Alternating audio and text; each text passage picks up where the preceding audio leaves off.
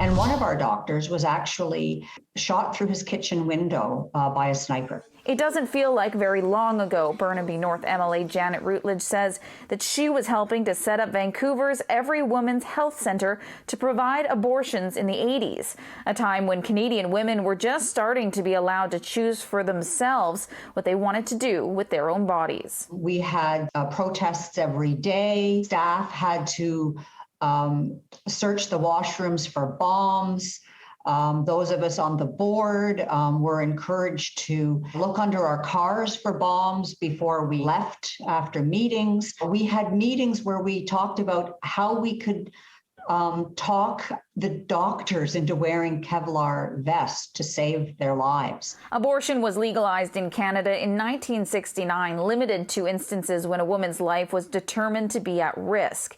It wasn't until 1988 that women were given the option to choose to have an abortion, treating it like other healthcare procedures. I can remember being a child and having an appointment in a facility where I didn't realize it at the time, but it was obviously a place where abortions were being provided, because it was only later on in life. I couldn't remember why I had that kind of why we had to walk outside and people were yelling and had signs and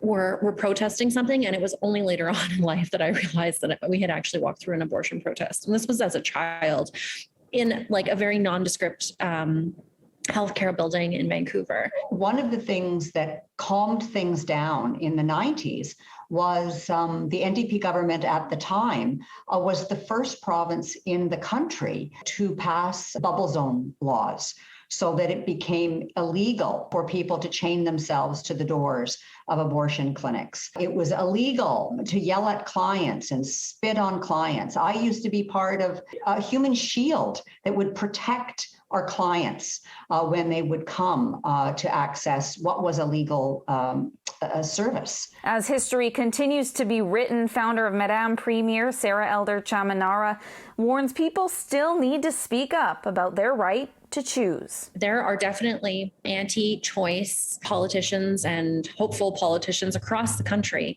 who see this as a green light for them to start advocating in an increased capacity to restrict abortion access for women in Canada. It's anyone who thinks that this issue doesn't exist or isn't an issue here is simply being naive. Ashley Burr, City News.